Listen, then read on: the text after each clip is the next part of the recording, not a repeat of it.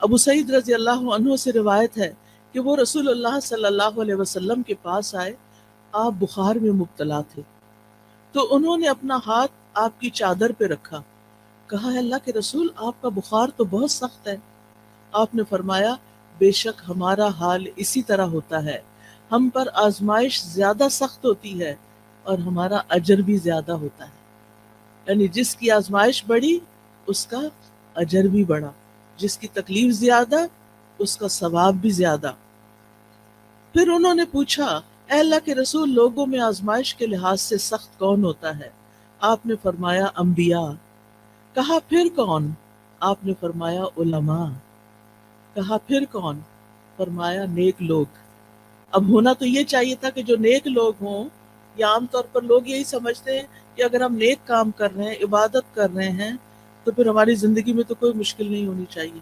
نہیں، مشکلیں ہوتی ہیں ان کی زندگی میں، لیکن وہ برداشت کر کے خوشحال ہوتے ہیں، وہ دل سے خوش راضی رہتے ہیں، اور وہ سمجھتے ہیں کہ ہر لمحہ ہمارا اجر بڑھتا چلا جا رہا ہے، لہٰذا یہ چیز ان کو اطمینان دیتی ہے، اور وہ اس پریشانی پہ پریشان نہیں رہتے ہر وقت، بلکہ اللہ سبحانہ تعالیٰ کی طرف رجوع کرتے ہیں۔ نبی صلی اللہ علیہ وسلم نے یہ بھی فرمایا کہ ان کو یعنی نیک لوگوں کو بعض اوقات ایسی تکلیفیں آتی ہیں، کچھ لوگ آزمائش پر بھی خوش ہوتے ہیں بنسبت اس شخص کے جو کچھ دیے جانے پر خوش ہوتا ہے۔ یعنی عام لوگوں کا حال کیا ہوتا ہے کہ جب ان کو کچھ دیا جاتا ہے تو وہ خوش ہوتے ہیں، لیکن انبیاء اور نیک لوگ جب ان پر کوئی تکلیف آتی ہے تو خوش ہوتے ہیں، وہ سوچتے ہیں کہ ہمارے رب نے اس کام کے لیے چنا۔ اب رب کی بڑی حکمتیں ہوتی ہیں، وہ کسی پر اس کی وسعت سے بڑھ کے بوجھ نہیں ڈالتا۔ لا یکلف اللہ نفسا الا وسعها، اللہ کسی جان پر اس کی ہمت وسعت سے بڑھ کے بوجھ نہیں ڈالتا۔ لہا ما کسبت وعلیہا ما اکتسبت، مومن یہی دعا کرتا رہتا ہے ربنا لا تؤاخذنا ان نسینا او اخطانا ربنا ولا تحمل علینا کما حملته علی الذین من قبلنا ربنا ولا تحملنا ما لا طاقت لنا به۔ یعنی جب ان کو تکلیف آتی ہے تو وہ سوچتے ہیں کہ اگر یہ تکلیف ہمارے گناہوں کی وجہ سے ہے تو کہ دعائیں کرتے ہیں یا اللہ تو ہمیں پکڑنا،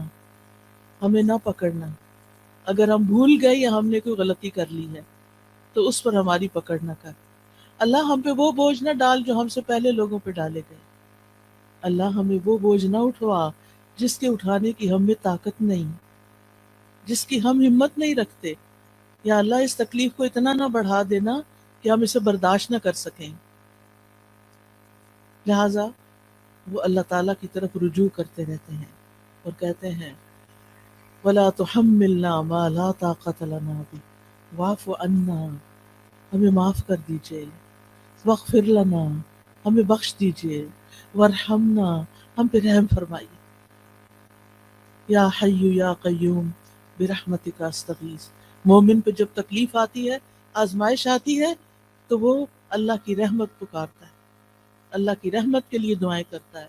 وَارْحَمْنَا أَنْتَ مَوْلَانَا، تو ہی ہمارا والی وارث ہے، تو ہی ہمارا مولا ہے، فَانْصُرْنَا عَلَى الْقَوْمِ الْكَافِرِينَ، ہمیں کافر قوم کے مقابلے میں مدد عطا فرما، ہم تیری مدد کے محتاج ہیں۔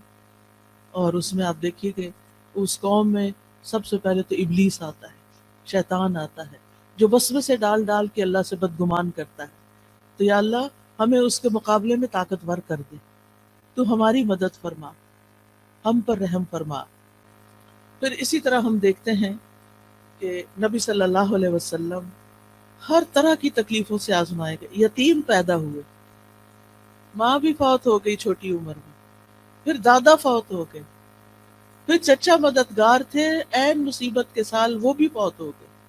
بیوی بڑی غمگسار تھی حضرت خدیجہ، وہ بھی فوت ہو گئی، پھر وطن سے پیار ہوتا ہے، حالات اتنے تنگ ہو گئے، آزمائشیں اتنی بڑی، 3 سال تو ایک گھاٹی میں گزارنے پڑے جہاں کچھ کھانے پینے کو نہیں تھا، اور پھر بالآخر مکہ چھوڑنا پڑا، چھوڑتے ہوئے کہا ہے مکہ تو مجھے سب سے پیارا ہے، اگر تیرے رہنے والے مجھے یہاں سے نہ نکالتے میں کبھی نہ جاتا یہاں سے۔ پھر ایک نئی جگہ پر گئے، وہاں جا کر جنگیں مسلط ہوگی، ایک کے بعد ایک سال جنگ آ رہی ہے، جان مال ہر چیز کو خطرہ، خوف، پریشانی، بیماری، کون سی تکلیف تھی جو رسول اللہ صلی اللہ علیہ وسلم پر نہیں آئی؟ پھر آپ کے بیٹے بھی فوت ہو گئے، پھر حضرت ابراہیم جو چھوٹے تھے وہ پیدا ہوئے ماریہ قبطیہ سے، اور ان کی وفات پر آپ رو دیے، آپ کی آنکھوں سے آنسو گر رہے تھے۔ صحابہ بڑے حیران ہوئے کہ آپ بھی روتے ہیں۔ آپ نے فرمایا ان العین تدمع والقلب والقلب يحزن ولا نقول الا ما يرضى ربنا وانا بفراقك یا ابراہیم لمحزونون۔ آنکھیں روتی ہیں، دل غمگین ہوتا ہے، اور ہم وہی بات کہتے ہیں جس سے ہمارا رب راضی ہوتا ہے۔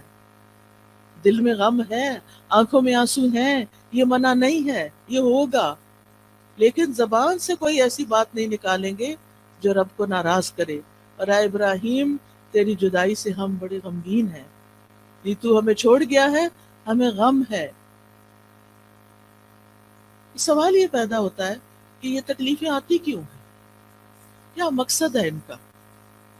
تو سب سے پہلی بات تو یہ کہ اللہ تعالی ہمارا امتحان لیتے ہیں۔ امتحان میں جو کامیاب ہو جاتا ہے اس کے درجے بلند ہو جاتے ہیں، اور جو فیل ہو جاتا ہے وہ نیچے چلا جاتا ہے۔ تو یہ انسان کو بلند درجے دینے کے لیے آتی ہیں۔ حدیث میں آتا ہے بے شک بندے کے لیے جب اللہ سبحانہ تعالیٰ کے ہاں ایک مقام مرتبہ مقدر ہو چکا ہوتا ہے، یعنی اس کو وہ بلند مقام دینا ہے،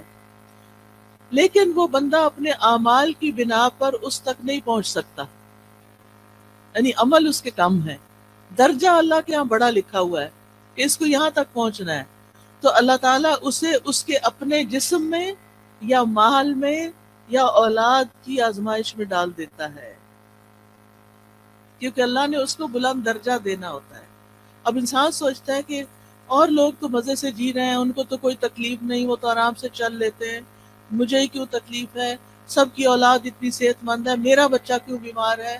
سب کے شوہر اتنے اچھے سلوک کرتے ہیں، میرا شوہر مجھے کیوں نہیں پوچھتا۔ یہ دراصل آپ کا امتحان ہے، آپ اس تکلیف سے گزر رہی ہیں، یہ اللہ سبحانہ تعالیٰ کے ہاں آپ کے درجے بلند کر رہی ہے اگر آپ صبر کر رہے ہیں۔ اور پھر یہ کہ جب اللہ تعالیٰ تکلیف دیتا ہے تو جن کے درجے بلند ہوتے ہیں ان کو اللہ تعالیٰ صبر کی توفیق بھی دے دیتا ہے، حتیٰ کہ وہ اس مقام تک جا پہنچتا ہے انسان جو اللہ کی طرف سے اس کے لیے پہلے سے مقدر ہوتا ہے۔